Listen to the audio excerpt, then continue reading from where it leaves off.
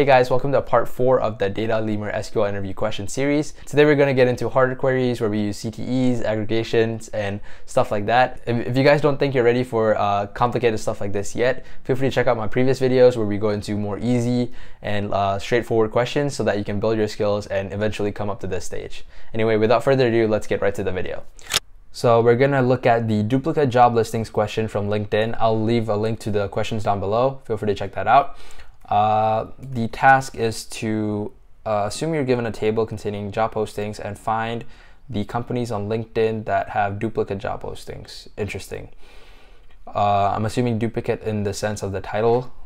So the title will be the same. Yeah, 2 job listings within the same company that share the identical titles and descriptions. Interesting.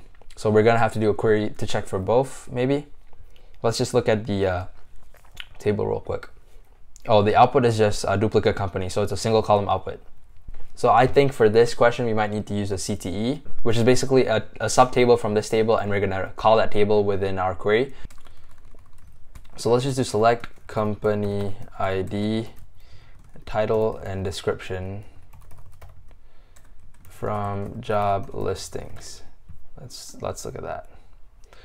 Okay, so right off the bat we see 345 has a duplicate, and maybe 244 too. Gotcha. So for this, to look at duplicates, what I'm going to do is count job ID as job count, and then I'm going to group by 1, 2, 3. So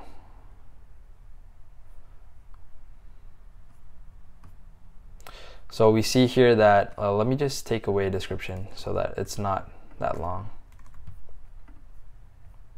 Yeah, so we see that company 827 has 1 listing for business analyst, 345 has 2 for data analyst, data scientist has 2 from 827, software engineer has 2 from 244. We could do the same with description and group by 1, 2, or sorry, company ID, title, description.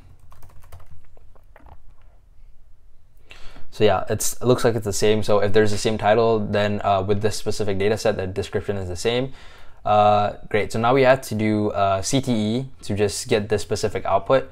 For that, all you have to do is with, we can call the CTE whatever. I'm gonna just call it, we can call, for this we just have to do with, and then you can call the CTE whatever you want. I'm just gonna call it CTE for convenience sake, and then as parentheses, and then you can call the CTE with your other select function down here, just like you were to call a table.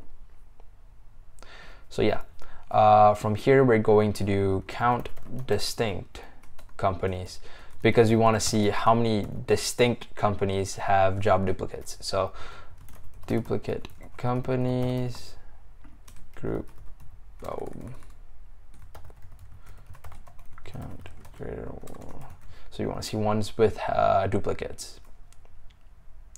Great. So let me explain the CTE part. So we want to count the distinct companies because the question asks for distinct companies that have duplicate job listings, and we want ones that have more than 1 job count. So they have 2 job counts of the same title. I think this should be it. Let's submit that. Great. Looks like it was correct. Let's go to the next question. The next question is from Amazon, and it's about Amazon review ratings. They want us to write a query to get the average star rating for each product based on the month, and they want us to round it up by 2 decimal places and sort it by month and product ID. So this one is going to be a little more complicated. I think we're starting to get to the medium-sized questions or medium difficulty questions. For this, I don't think we'll need a CTE. I think the tricky part here is probably extracting the month into a numerical number like they did here. And the decimal places we'll probably have to use a new function. So let's do that. So let's do extract month from submit date as month. And then let's get product ID, and you want stars. So you want the average stars for the product, but they want us to round it up to 2 decimal places. So round to, and then average stars.